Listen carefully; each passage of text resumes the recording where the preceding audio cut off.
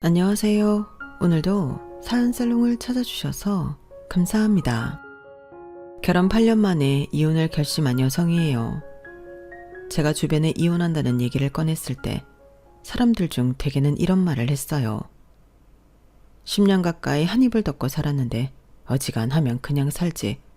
30도 넘은 여자가 무슨 이혼을 하냐고요. 혼자 벌이로 애는 어떻게 키우고 살 거냐며 남자는 다 거기서 거기니까 어지간하면 참고 살라더군요. 어떻게 된 엄마가 애 생각은 안 하냐고 이기적인 엄마 취급까지 하면서 말이죠. 사실 지금까지 남편과 함께 살아오면서 속으로 피눈물 흘린 적이 한두 번이 아니지만 그래도 자존심 때문에 주변에는 늘 행복한 척 연기를 하고 살았어요. 그러니 내 결혼 생활이 어땠는지 제대로 아는 사람은 별로 없었어요. 남편과 시댁 식구들한테 상처를 받을 때마다 나만 참으면 모두가 편할 거라는 생각에 꾹 참고 넘기기 일쑤였어요. 그런데 지나고 보니 참는 것만이 능사는 아니더라고요.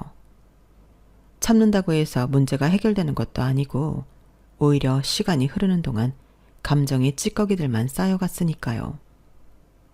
게다가 다른 가해자들은 자신들이 뭘 잘못했는지도 모른 채 같은 잘못을 반복하더군요.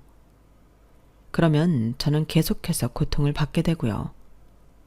마음에 생긴 상처에는 닦지도 않지 않아서 시간이 지나도 아픔이 덜하지 않았어요. 오히려 묵은 상처가 마음을 병들게 만들었죠. 그러다 최근에 벌어진 일 때문에 그동안 용기 내지 못했던 결정을 내리게 된 거예요. 그 바람에 평소 입버릇처럼 자기나 되니까 나를 데리고 살아주는 거라고 큰 소리치던 남편이 제 바짓가랑이를 잡고 이혼은 안 된다고 울고불고 했으니 이것 또한 복수라면 복수일 거예요. 참 신기하죠? 그래도 한때는 서로 사랑해서 결혼까지 하게 된 건데 함께 산 지 8년 만에 원수처럼 변했으니까요. 세상에 변하지 않는 건 없다지만 참 서글픈 일이 아닐 수 없네요. 지금이야 남편의 숨소리만 들어도 짜증이 올라오는 사이가 됐지만 한때는 남편이 제 인생의 유일한 구원자 같은 사람이었어요. 남편과 결혼을 하기 전 저는 결혼 문턱까지 갔다가 파혼한 경험이 있어요. 당시 사귀던 남자는 저와 대학 CC로 저는 같은 과 2학번 선배였어요. 대부분의 한국 남자들이 그렇듯 선배도 군 복무 때문에 복학 후에는 후배들과 함께 강의를 들어야 했고 그렇는 저와 만나게 되었죠. 당시만 해도 저희 집에 꽤 살던 때라서 졸업 후에는 함께 영국으로 유학을 갈 계획까지 세우고 있었어요. 선배 집안도 남부럽지 않게 사는 집이라서 유학 자금에 대한 걱정은 없었죠. 그런데 생각지 못한 일이 벌어진 거예요. 아빠가 하시던 사업이 휘청하기 시작했거든요. 결혼 얘기가 나올 때까지만 해도 금방 복구될 줄 알았어요. 그런데 설상가상으로 아빠가 믿었던 직원이 공금 횡령을 해서 외국으로 도망을 치는 바람에 회사는 더 어려워지고 말았어요. 부모님은 수습을 위해 정신없이 사방으로 돈을 구하러 다녀야 했기에 예비 시댁에는 제가 말씀을 드리기로 했어요. 그때까지만 해도 저는 아빠 사업이 흔들리는 게 제 결혼에 큰 영향을 끼치진 않을 거라고 섣부른 낙관을 하고 있었어요. 그래서 큰 걱정 없이 선배한테 전화했던 건데 선배가 제 얘기도 듣기 전에 대뜸 이러는 거 있죠. 다윤아, 너희 아버지 회사 소식 들었어. 그래서 말인데 앞으로 연락 안 했으면 좋겠다. 우리가 더 연락할 이유 없잖아. 오빠, 지금 뭐 하는 거야? 설마 이렇게 끝내자고? 아무리 그래도 그렇지 어떻게 이럴 수가 있어. 그럼 내가 뭘 어떻게 해야 하는데? 헤어지는데도 예의가 있는 거야. 먼저 나한테 자초지종이라도 듣고 최소한 위로 몇 마디라도 하고 헤어지자는 말을 할 수 있는 거잖아. 어떻게 결혼까지 하려고 했던 사람한테 이렇게 매정하게 굴 수가 있어? 다윤아, 정신 차려. 결혼이 애들 장난인 줄 알아? 내가 애초에 너랑 결혼하겠다고 한 이유가 뭘 것 같아? 비슷한 집안끼리 만나 결혼하면 서로 도움이 될 것 같아서 그런 거야. 솔직히 너도 그래서 나 고른 거 아니었어? 그런데 갑자기 니네 집이 망해버리면 우리 집 입장이 얼마나 곤란하겠냐? 계획에 차질이 생겨버렸는데 따지고 보면 예의 없는 건 우리가 아니라 너희 집이야. 이럴 땐 우리 쪽에서 먼저 말 안 해도 너희 집에서 결혼은 없던 일로 하자고 해야 되는 거라고. 그게 인간적인 도리라는 거야. 암튼 더 길게 말하고 싶지 않으니까 전화 끊자. 아, 그리고 학교에선 우리 헤어진 거 천천히 알리는 걸로 해. 너희 집 망하자마자 헤어진다고 하면 괜히 나만 욕먹을 거 아니야. 어차피 이번 학기 마치면 유학 떠날 생각이었으니까 그때까지는 사귀고 있는 걸로 하라고. 선배는 지금까지 사귀면서 단 한 번도 들어본 적 없는 싸늘한 말투로 파혼 요구를 했어요.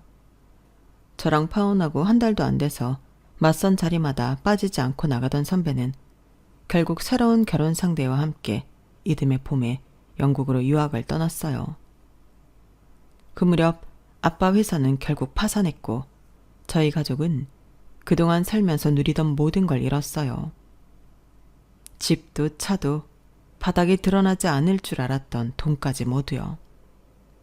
그렇게 남은 건 일산에 위치한 낡은 아파트 한 채였어요. 우리 네 식구가 살기에는 턱없이 좁은 집이었지만 당시엔 그런 집이라도 건진 게 천만 다행이었어요. 부자가 망해도 3년은 산다고 하지만 그것도 어떻게 망하느냐에 따라 다른 거더라고요. 저희 집의 경우는 정말 폭삭 가라앉았거든요. 그도 그럴 게 회사가 점점 기울어져서 망했다면 뭔가 대책을 세워왔겠지만 믿었던 직원한테 예고 없이 뒤통수를 맞은 거라서 정말 뭐 하나 챙길 겨를이 없었어요. 고등학생인 남동생을 제외하고 성인인 아빠, 엄마, 저 이렇게 셋이나 있었지만 현실적으로 돈벌이가 가능한 사람은 저뿐이었어요. 유학 떠날 생각에 딱히 취업 준비를 하지 않았던 저는 발등에 불 떨어진 사람처럼 헐레벌떡 취업 전쟁에 합류했어요. 일찍 일어난 새가 벌레를 찾는 것처럼 미리 준비했던 동기들에 비하면 떨어지는 곳이기는 했지만 그래도 4대 보험도 되고 각종 경조사비까지 나오는 곳에 합격했어요. 제 취업으로 가족도 의료보험까지 해결할 수 있어서 그게 제일 다행이었어요. 아무래도 집이 망하고부터는 그 충격에 부모님 건강이 안 좋아지셨거든요. 그래서 더 취업을 서둘렀던 것도 있어요.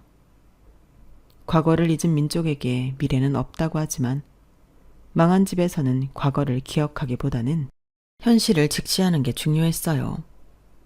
결혼하고 지금까지 전업주부로 사셨지만 본인 손으로 생선 한 번 만져본 적 없던 엄마는 30년 만에 마트가 아닌 재래시장을 다니며 현실에 적응해 나갔고 동생은 자가용 등하교가 아닌 버스 카드를 들고 학교를 다녔어요.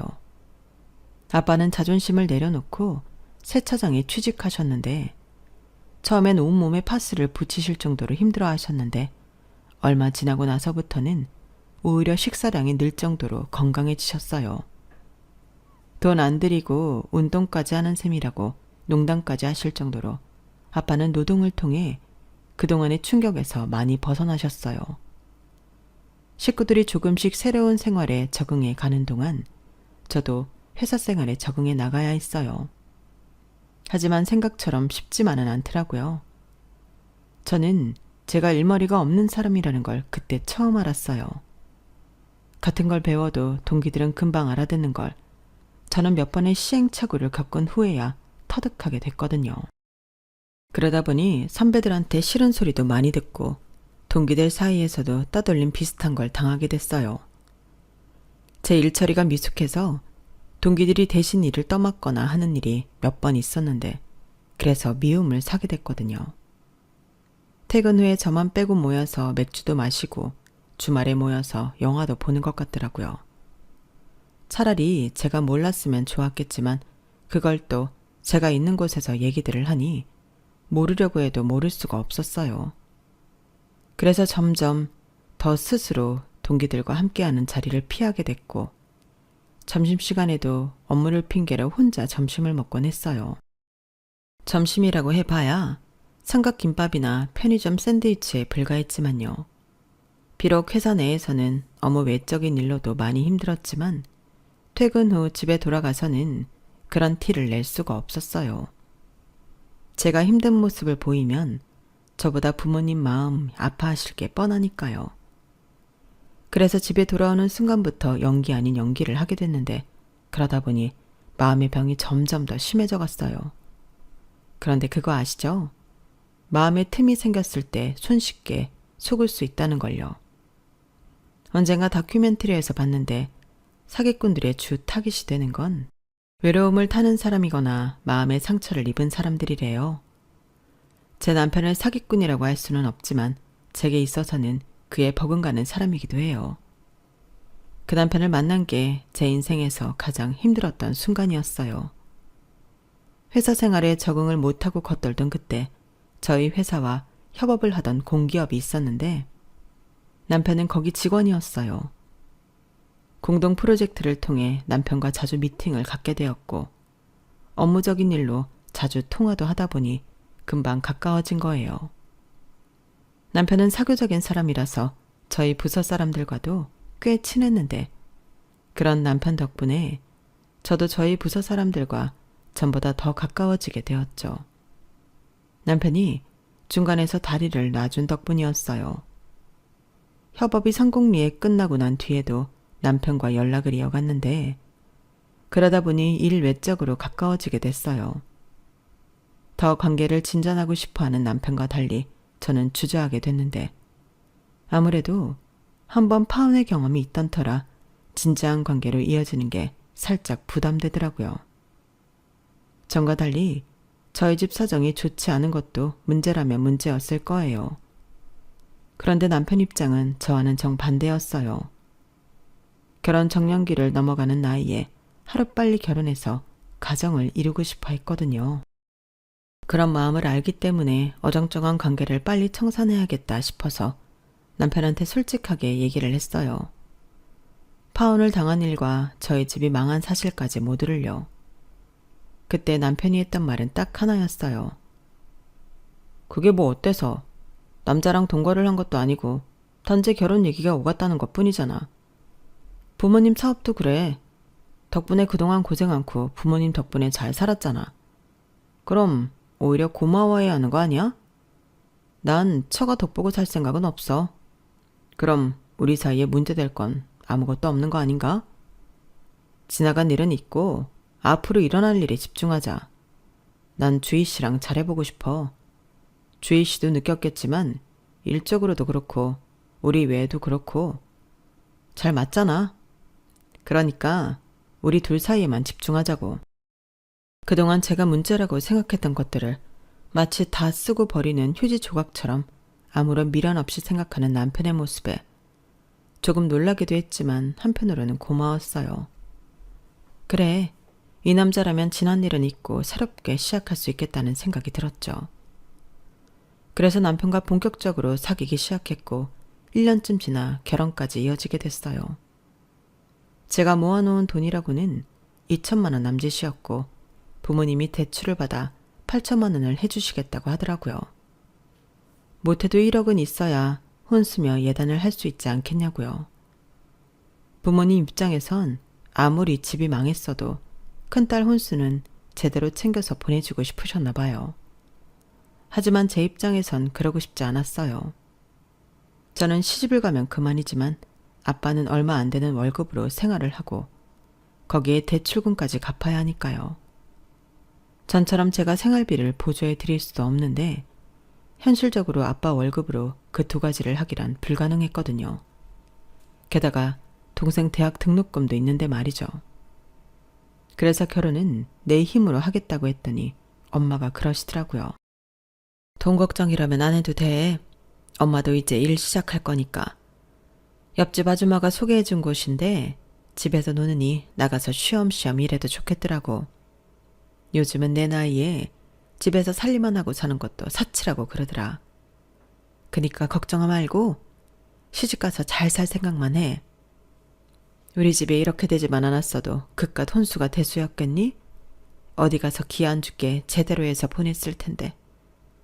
그거 생각하면 너한테 미안해서 가슴이 찢어진다. 그러니까 잔말 말고 받아. 자식 결혼에 아무것도 못해준 못난 부모 만들지 말라는 엄마 말에 결국 부모님 돈을 받기로 했어요.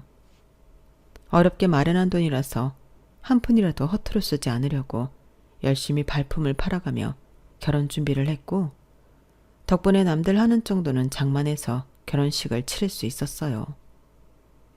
신혼집은 시댁에서 20평대 아파트를 전세를 해주셔서 저는 그에 맞는 혼수만 채우면 됐어요. 거기에 예단비로 1,000만 원을 들였는데 같은 직장 기혼자들 말로는 여자 쪽에서 1,000을 보내면 절반 정도는 돌려준다고들 하더라고요.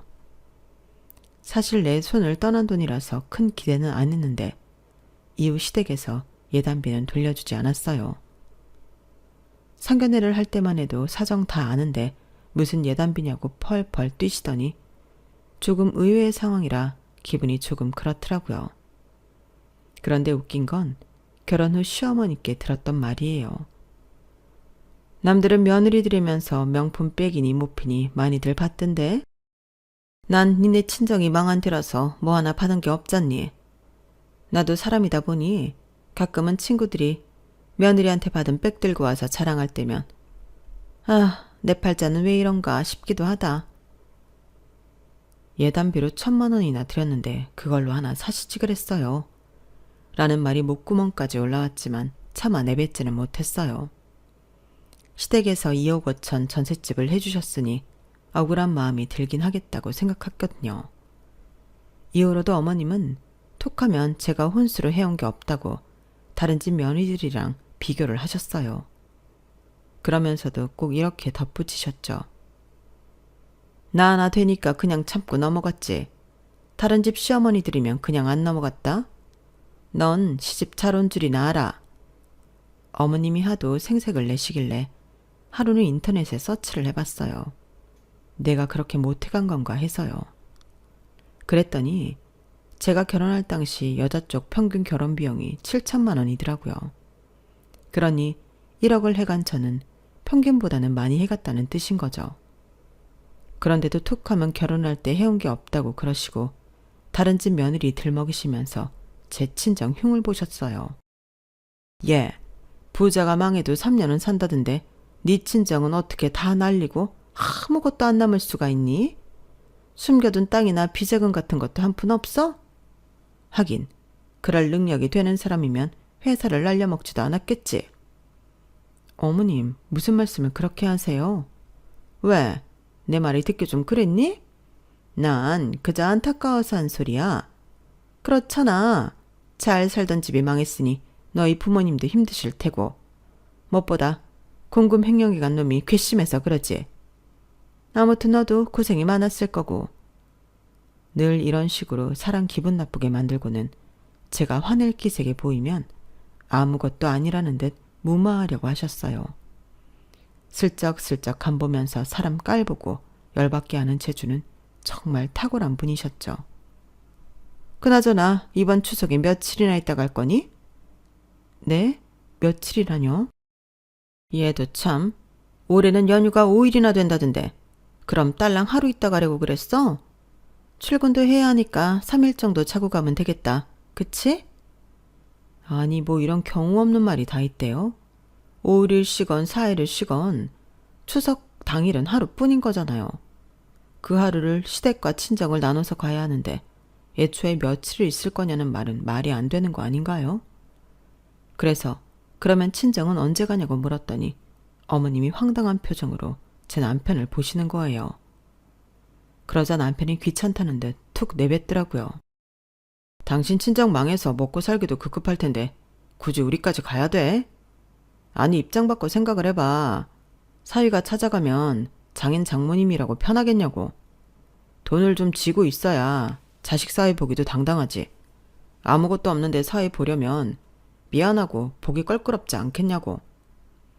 내가 가기 싫어서 그러는 게 아니라 장인 생각해서 일부러 피해주려는 거야. 그러니까 이번 추석은 당신 친정은 패스하고 우리 집에서 3일 지내자. 엄마도 혼자 계신데 명절에 적적하실 거 아니야. 기껏 노후자금 빼서 자식 신혼집까지 해주셨는데 우리도 성의는 보여야지. 결혼하고 처음 맞은 명절에 남편은 그렇게 말을 했어요. 말로는 우리 부모님 생각하는 듯 보이지만 해석하자면 돈 없는 장인 장모까지 챙기고 싶지 않다는 얘기였어요. 그러면서 치사하게 말미에 어머님이 신혼집 해주신 걸 걸고 넘어가더군요. 그 말에 제가 어쩌지 못할 거라는 걸 아는 사람 같았어요. 할 수 없이 그때는 남편 말에 따랐는데 그게 실수였어요. 이듬해 딸을 출산한 뒤 맞은 명절에는 산후조리할 때 친정에 있었는데 또 친정에 가냐며 시댁에서만 연휴를 보냈고 이후 명절부터는 너무나도 당연하게 제 친정에 가는 건 패스해버리더라고요. 제가 올해는 내 친정에 가자고 하면 첫 해 때 했던 핑계를 똑같이 대면서요. 그렇게 결혼하고 10년이 넘도록 명절에 친정에 가보지 못했어요. 물론 거기에는 이유가 있긴 했어요. 결혼하고 4년이 되어가는 어느 날이었어요. 남동생이 전화를 했더라고요. 평소 저랑 길게 전화 통화를 하는 성격이 아닌 동생이 그날따라 쓸데없는 얘기를 한참이나 하길래 왜 이러나 싶었어요. 혹시 하기 어려운 말이라도 있나 했는데 누나, 저기 말이야. 혹시 돈 좀 있어? 왜? 등록금 모자라? 아니면 컴퓨터 바꿔야 돼? 얼마나 필요한데? 그게 실은 집주인이 전세 보증금을 2천이나 올려달라고 그러나 봐. 2년 전에 재계약할 때도 3천 올려받았으면서 이번에도 또 그러지 뭐야. 아빠가 알아서 구해보시겠다고는 하셨는데 누나도 알잖아. 우리 집 이렇게 되고 친척들도 다 연락 끊은 거. 아빠가 어디서 그 돈을 구하겠어. 그럴 수 있었으면 누나 결혼시키느라 집 팔고 전세로 돌리지도 않았을 텐데. 순간 제가 잘못 들은 게 아닌가 했어요. 제 결혼 때문에 집을 팔았다는 건 처음 듣는 얘기였으니까요. 재윤아, 너 그게 무슨 소리야? 내 결혼 때문에 집을 팔다니? 알고 보니 제가 결혼할 때 결혼자금을 대주시느라 집을 팔고 전세로 돌리셨던 거더라고요.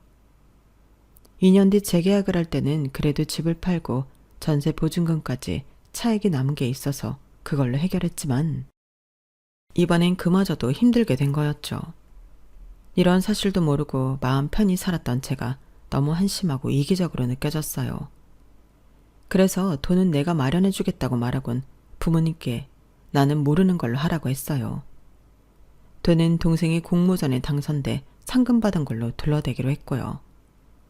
그리고 그날 밤 저는 남편한테 친정 상황을 얘기했어요.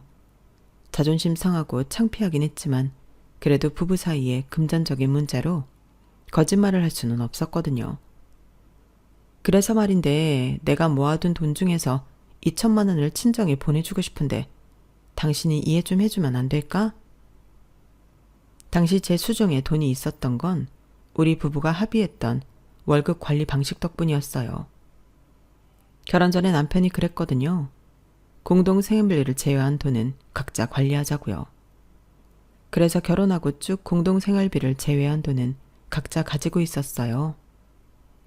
그렇게 모은 돈은 나중에 집을 사거나 목돈이 필요할 때 나눠서 쓰자고요. 그런 돈에서 일부를 친정에 보내는 거니까 남편의 허락을 받아야만 했죠. 아니, 꼴랑 8천이 없어서 집까지 파셨던 거야? 진짜 이런 말하긴 좀 그렇지만 당신 부모님 해도 해도 너무한다. 아니, 집도 없으면 나중에 노후는 어쩌려고. 설마 그때도 우리한테 기대려고 그러시는 건 아니지? 그건 절대 안 돼. 나는 처가 덕도 안 바라지만 처가를 책임질 생각도 없으니까. 그리고 당신이 2천만 원 친정에 보낸다면 나도 내 돈 중에 2천은 내 마음대로 쓸 거야. 그래도 되지? 결국 그렇게 타협을 하고 친정에 돈을 보냈어요. 부모님께는 동생이 공모전에 당선이 돼서 상금을 받은 걸로 했고요. 이런 일까지 있었기 때문에 제가 명절에 친정 나들이 가는 게 더 눈치가 보이게 된 거예요. 그러다가 몇 년 뒤 남동생이 결혼을 한 뒤에는 동생네 부부가 있으니 우린 시어머니 혼자 계신 시댁에 가는 게 맞다는 신박한 논리를 펼치더군요. 그런데 그때까지도 제가 몰랐던 게 하나 있었어요. 남편과 시어머니가 늘 무기처럼 사용했던 저희 신혼집 보증금 말이에요. 제가 남편과 시댁에 잡혀 살게 됐던 그 원인이 애초에 다 거짓말이었던 거예요. 진실은 생각지도 못한 순간에 밝혀졌어요. 하루는 회사에서 일을 하고 있었는데 집주인이 전화를 했더라고요. 혹시 전세 보증금을 올려달라고 전화한 건가 했더니 그게 아니라 저희가 살고 있는 집을 살 생각이 있냐고 묻지 뭐예요. 급하게 팔아야 하는 거라서 저희가 산다고 하면 시세보다 싸게 주겠다고요. 서울 외곽 지역이긴 해도 그 정도면 가격도 괜찮고 우리 살기에도 편해서 당장 잡아야 할 것 같았어요. 그래서 남편이랑 상의해서 연락드리겠다고 했죠. 저는 당연히 남편도 그렇게 하자고 할 줄 알았거든요. 그런데 우리가 돈이 어딨어? 당신 돈 있어? 내가 가진 돈은 3천 정도 있어. 자기는 얼마나 있어? 저야 몇 년 전에 친정에 2천 해드려서 3천밖에 없지만 남편은 저보다 많이 가지고 있을 거라고 생각했어요. 월급도 저보다 높기도 했으니까요. 그런데 없어. 내가 모을 돈이 어딨어. 전세 대출금에 엄마 생활비까지. 거기까지 말을 하던 남편이 그제야 자기가 하지 말아야 할 말을 했다는 걸 깨달았는지 입을 꾹 다물었어요. 하지만 이미 제가 다 들은 상황이라 소용없었죠.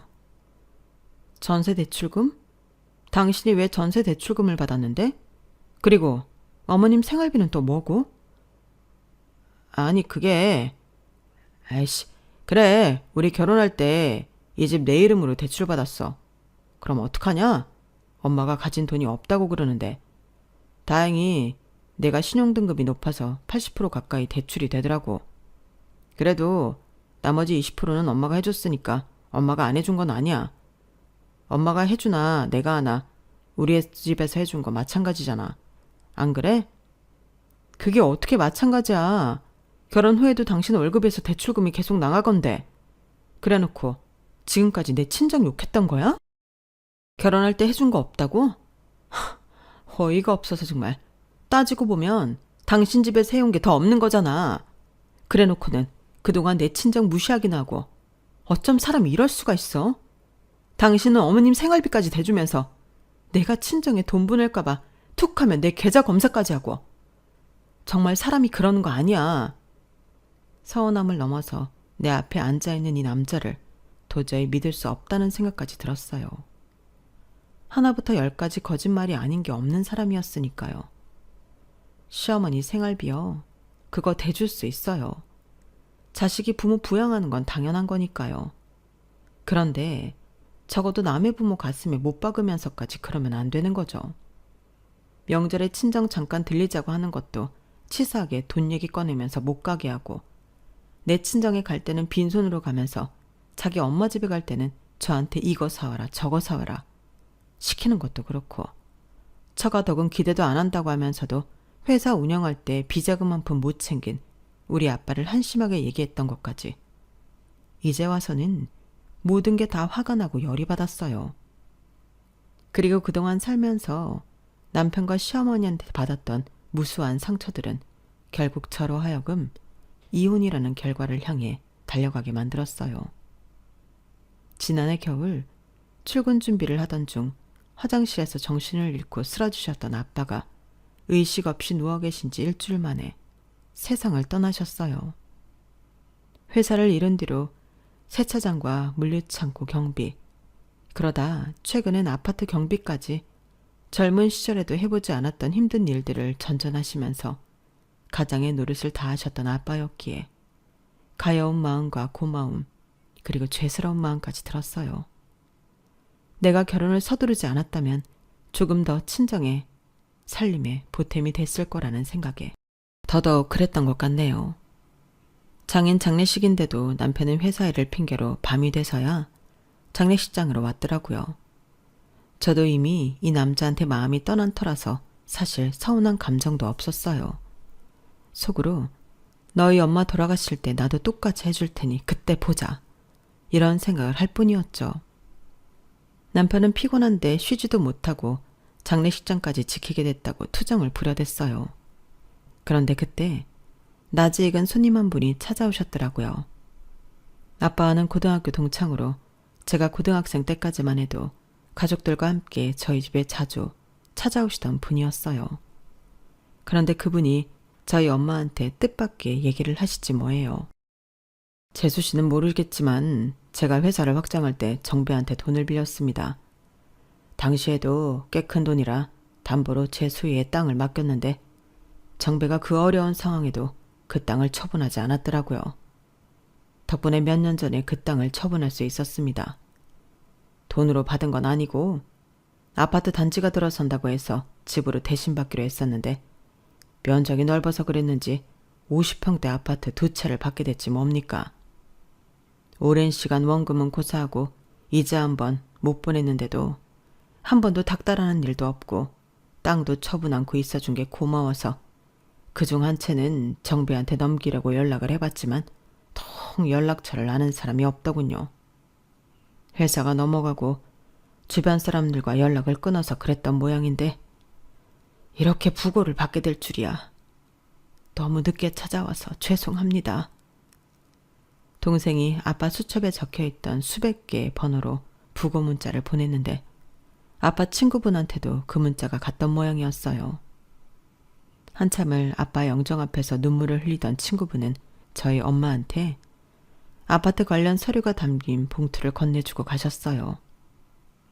저희 집 사정을 들어보시고는 세금 문제까지 정리해서 조만간 다시 연락을 주시겠다고 하시더군요. 아빠 친구분이 저희 몫으로 주고 가신 아파트는 매매가가 25억이 조금 넘는 아파트였어요. 아빠가 조금만 더 일찍 이 사실을 알았다면 얼마나 좋았을까 하는 생각이 들어서 눈시울이 뜨거워졌어요. 그랬다면 아빠가 그렇게 고생 안 하셨어도 됐을 테니까요. 엄마랑 남동생도 저와 같은 생각인지 고가의 아파트를 받고도 기쁘기보다는 착잡한 표정이었어요. 딱 한 사람, 제 남편만 빼고요.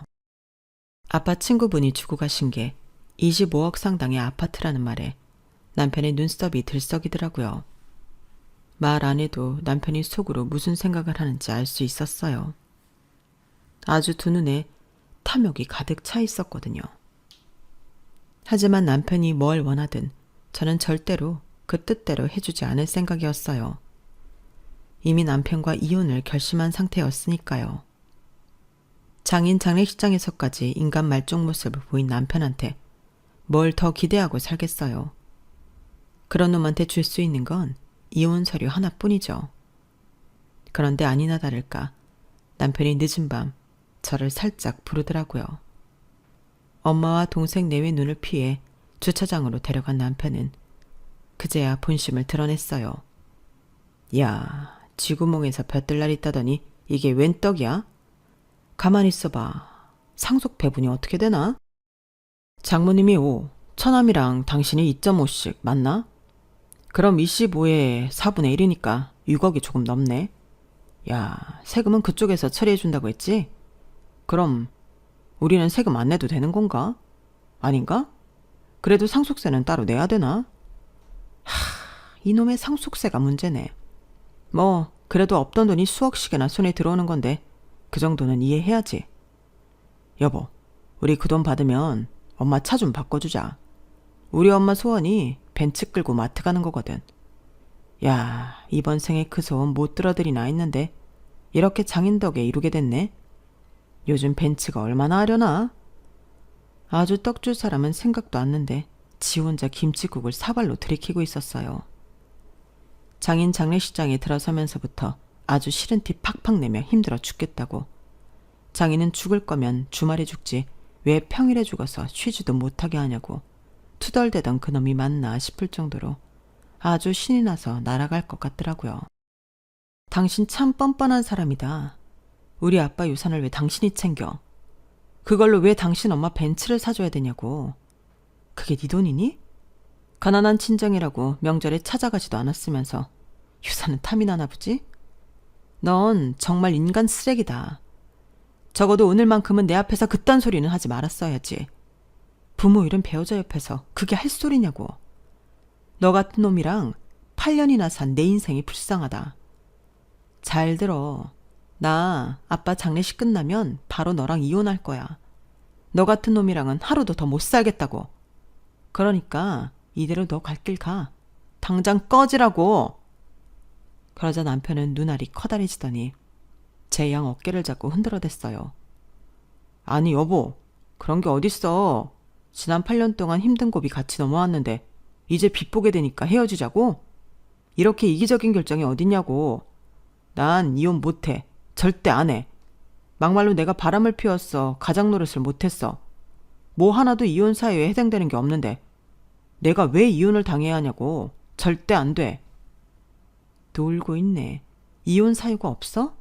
넌 시작부터 이혼감이었어.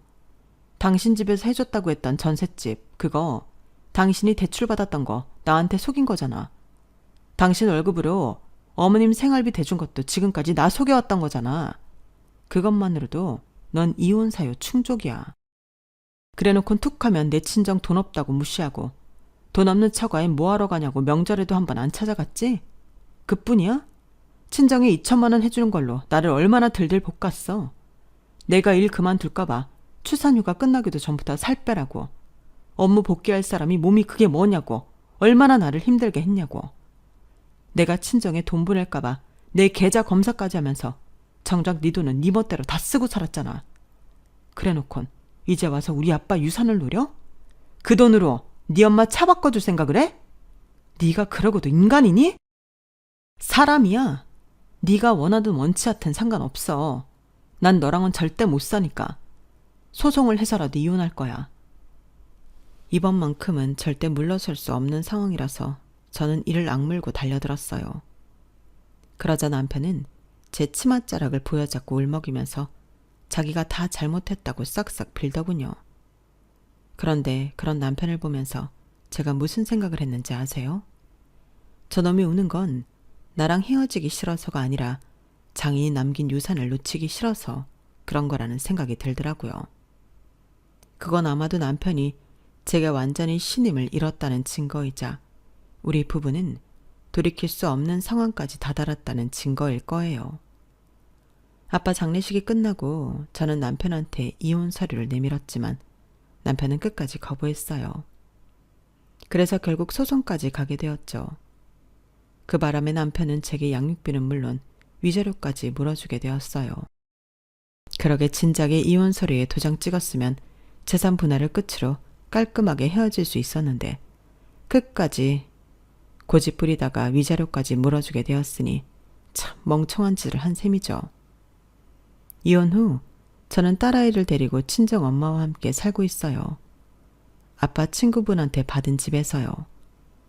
당장 돈이 필요한 것도 아니고 굳이 집을 팔 필요가 없을 것 같아서 아파트는 팔지 않기로 했거든요. 더는 집주인한테 보증금 올려달라는 전화를 안 받아도 돼서 엄마는 그게 제일 편하고 좋다고 하시더라고요. 더불어 이제는 벽에 마음대로 못질도 하고 살 수 있게 됐다고 얼마나 좋아하시던지.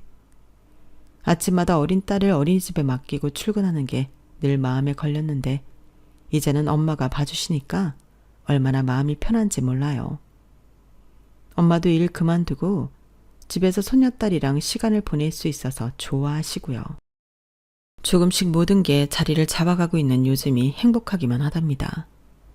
앞으로는 남들한테 보여지는 행복이 아니라 정말 나를 위한 행복을 따라 살아갈 생각입니다. 그래야 내 아이도 행복의 참뜻을 알 수 있을 테니까요. 지금까지 제 사연을 들어주셔서 감사합니다. 더 힘내서 잘 살아가 보겠습니다. 여러분의 오늘도 내일도 행복하시길 바랍니다. 여러분, 사연 댓글에 응원과 현명한 조언 부탁드려요. 좋아요와 구독은 저에게 큰 힘이 됩니다. 오늘도 좋은 일 가득하세요.